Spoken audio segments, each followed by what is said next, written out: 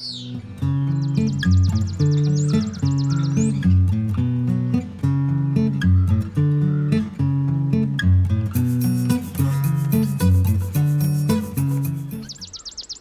woke up this morning to a severe weather alert on my phone. Over the past couple days, different weather models have said we're probably going to get hit with snow today. I was really dreading that. The models were so widely varied. Some said 0 inches of snow and some said up to 12 inches of snow.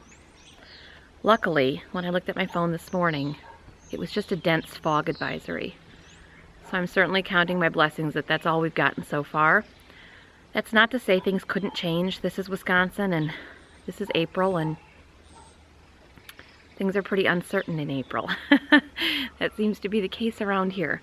So fingers crossed I can handle all the dense fog they want to throw at us, and maybe, just maybe, we will be closer to the 0 end of that snow spectrum.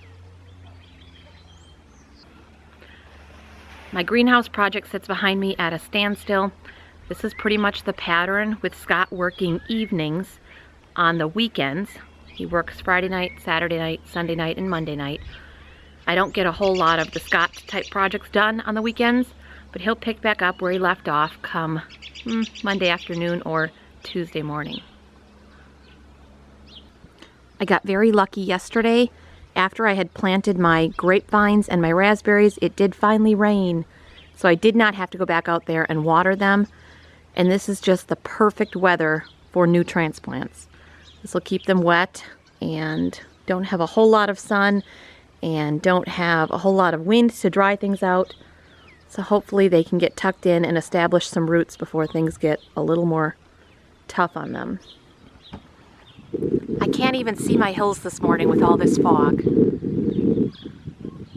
I can hear Canadian geese down there on the lake, but can't even see any of them.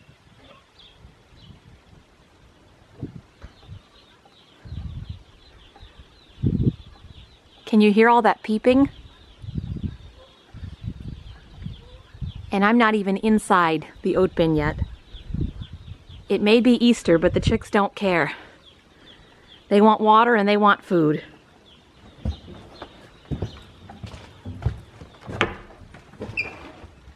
Good morning, babies.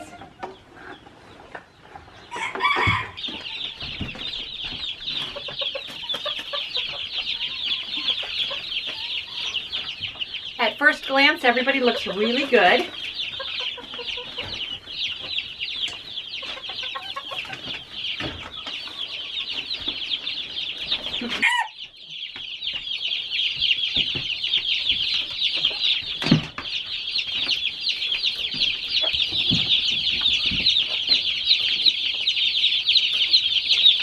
So I'm watching some chicks right now using the chicken nipple system. That's very good to see. There's still a good portion of them standing around their water though. The traditional waterers waiting for me to fill those. So we're going to continue with that. They say with the chicken nipple system you only need to teach 10% of your flock to use it, and then the rest will follow that example. So I just watched 4 of them use it. I need to see about 10 of them use it, and then I'll know that we're on our way. There's some water for you babies. Oh my goodness, are you kidding me? You have got to see this. This is me putting in fresh water. You think? My gosh. This is why these guys are sometimes nicknamed the sea monsters. They are crazy. Okay, relax. I'll get some more filled. Jeepers creepers. And they still have some waterers in here that have water, but I don't know why. We're all fighting over the same one.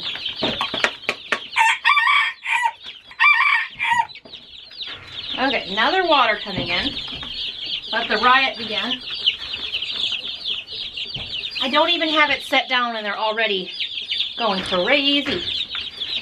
Okay, let's get one of these. This particular breed of chickens are a broiler breed. So they're programmed, designed, bred to gain weight and grow at an incredible rate. These guys will go from this size to butcher in 8 weeks. That's 2 months, and they'll be 5 or 6 pound chickens. If you've ever raised chicks, it's amazing to see the difference in the speed of growth between meat birds like these broilers and egg birds. An egg bird is going to grow at a much slower rate. These meat birds start maturing mentally.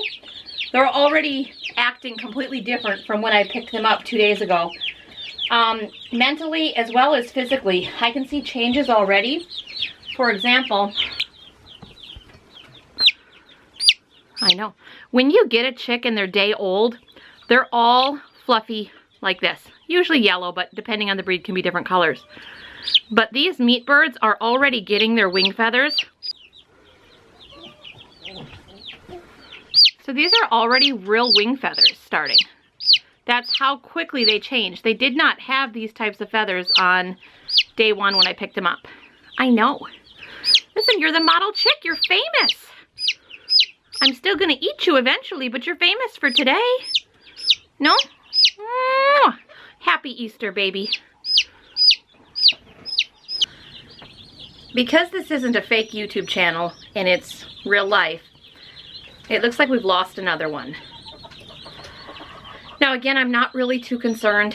That's 2 chicks out of 100. So 98% have survived, 2% have not made it. Nothing obviously wrong with this guy. He could have gotten stepped on or trampled or any number of things. Could have just been born with a problem or a little bit weaker. Not uncommon at all. If I come out here and I start losing 5 chicks a day or 6 chicks a day, we've got a situation. But as of right now, everybody looks healthy. Everybody looks happy, except this guy, who's a little bit sad. I got a chick up in that light. Gosh darn it. Now I've just unplugged that light and I'm letting it cool down. What I don't want to do is pick up that light and scare that chick and have him go up into the light bulb and cook himself. That's a horrible way to go.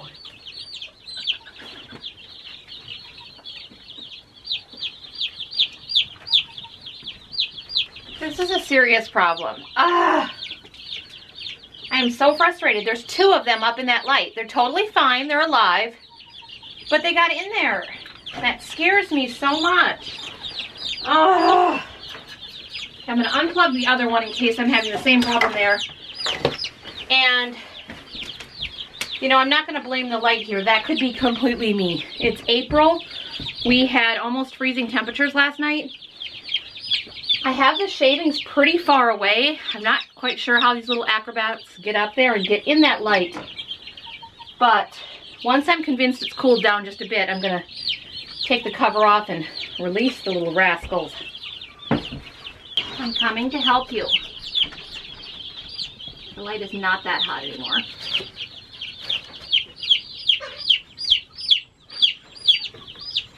Yeah, I bet. How on earth am I going to do this?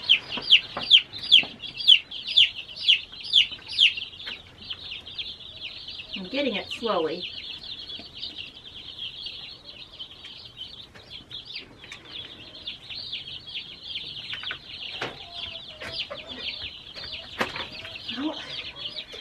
Oh my gosh. Look at these 2 babies. I bet you guys are thirsty. Are you okay? I'm so sorry. Get a drink. Looks fine. Running around just fine. But can you imagine? It was a bad decision on your part. I'm sorry that I let that happen to you. Okay.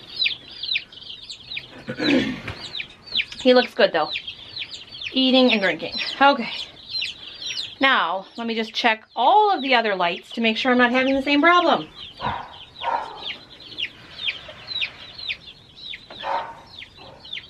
Definitely am having the same problem over here.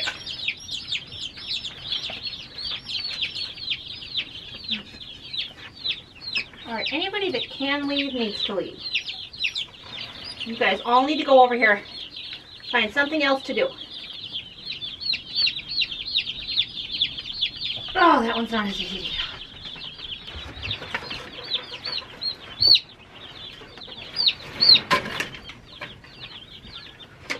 Please don't jump. Honestly. So how bad is this?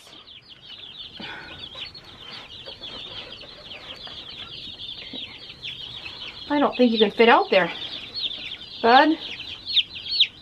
No, definitely not fitting out there. How you did this. Go back in. All right, now. There we go.